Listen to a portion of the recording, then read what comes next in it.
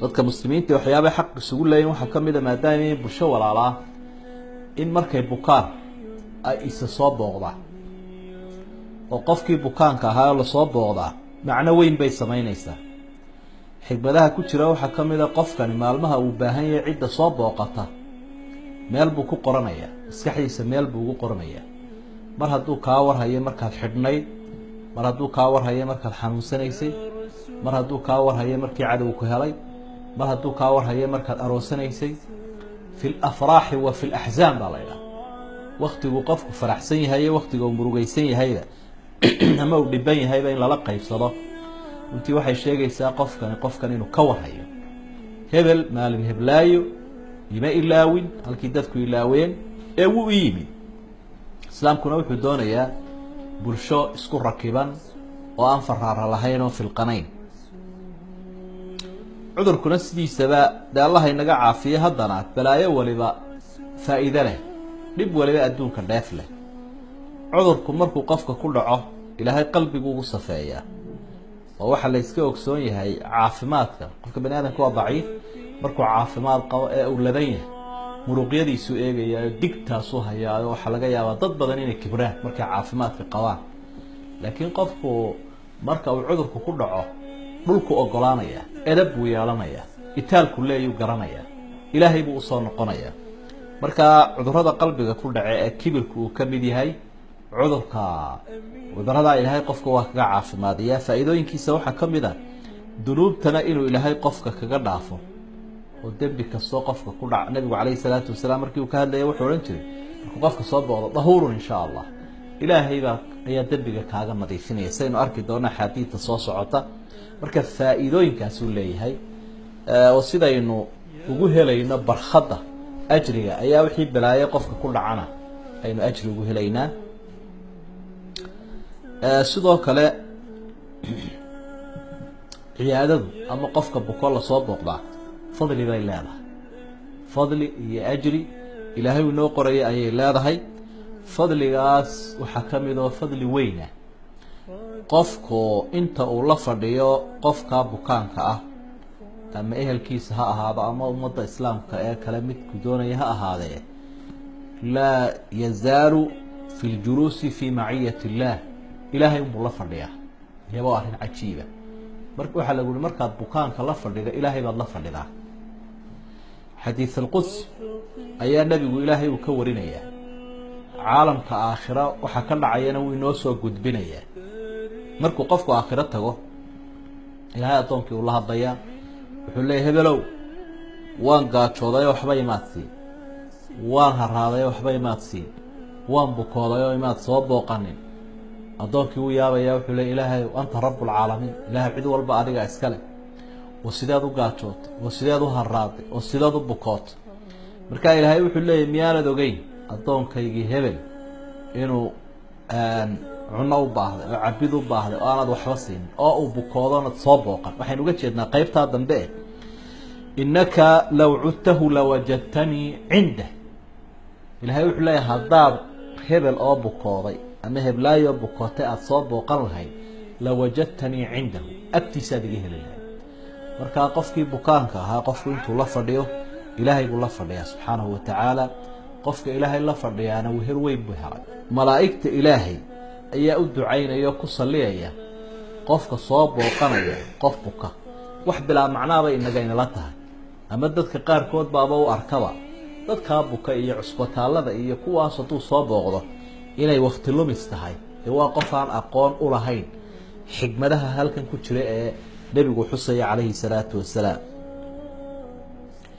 Ali ibn Abi Talib xadiis buu warinaya nin soo booqday kala rasuul wariyaa war ninkan isaga miyaad soo booqato waa soo booqday hadaba xadiis bishaaradan ku sheegaya nabigu waxa uu ma min muslimin يعود مسلما غدوة إلا صلى عليه 70,000 ملك حتى يمسي ما جرى قف مسلمة ولا الكيسي مسلم كإلا وحقوق دي يسكولها يعني ولا الكيسي وبكا صوب وقنا مجرى إلا هطيتها سلعبه وحكو صليها يعني تضوات تنكون ملك هدو الصباح دي بوقضي ilaa galabtii bay ku salleeyaan. hadduu galabtii booqdayna ilaa aroortii bay ku salleeyaan.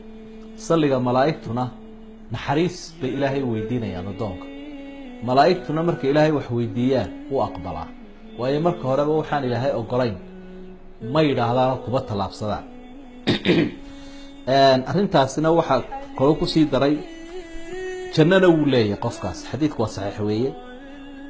waxaad ku heshay salligii malaa'igta, waxaad ku heshay janno. intaasiba waa intaynu doonayno. malaa'igtuna inay noo duceeyaan, ilaahayna aynu janno ka kasbano, aynu ka helno subxaanahu watacaala. qofku marka had iyo jeer uu bukoodo waxa uu gartaa nicmooyinka ilaahay ayaa uu gartaa.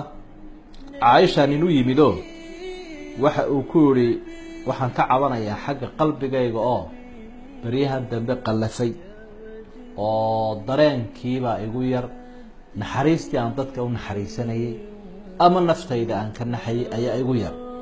markaasaa waxay ku tidhi qalbigaa qallafay ama cibaado la-aanta iyo aada ka cabanayso iyo khushuuc yaraanta dawadiisaan kuu sheegayaaye cudi lmardaa wattabici iljanaa-is. dadka bukana soo booqo, jinaasadahana raaca.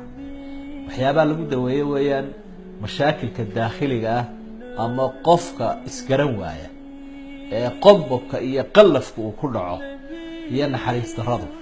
waxaa haddaba ay leedahay qofka marka lasoo booqanayo waxay leedahay aadaab. aadaabtuna wax walba waa muhiimo. aadaabtu way qurxisaa camalka. marka aadaabtiisa lala yimaado qurux iyo qiimo iyo tayuu yeeshaa.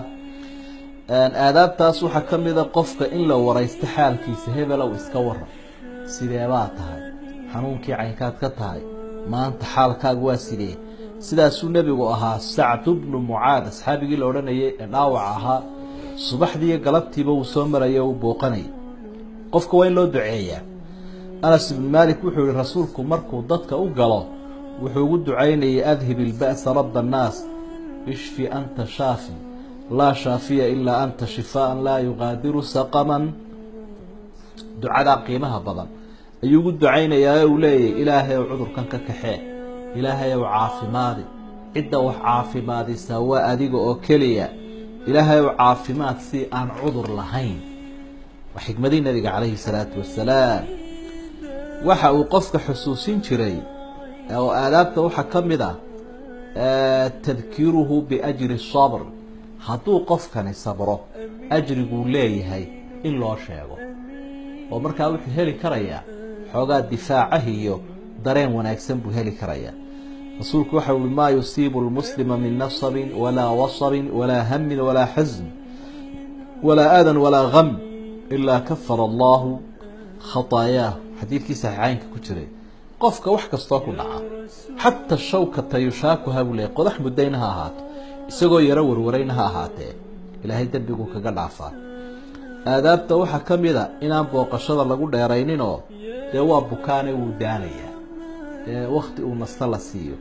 aadaabta waxaa ka mid a an yufsax lahu fi lamal, inaan cimriga lagu soo gaabininoo aanad odhanin kan kaba kici maysi, sibaad u il daran tahayoo wallaahi iska dardaaran waad dhimanaysa. ilaahay baa yaqaano goortuu dhimanaya, inaad ka horreyn ilaahay baa garan doone. waxa aad u dheeraysaa bal u yar nafisi cimriga oo insha allahu khayr bay noqon, waad fiicnaan doonta, waad bogsanaysaa, waad ladaanaysa. nebigu wuxuu yihi idaa dakhaltum cala almardaa fanafisuu lahu ljal, bal cimriga u yaro dheereeyo ha ku soo kedin.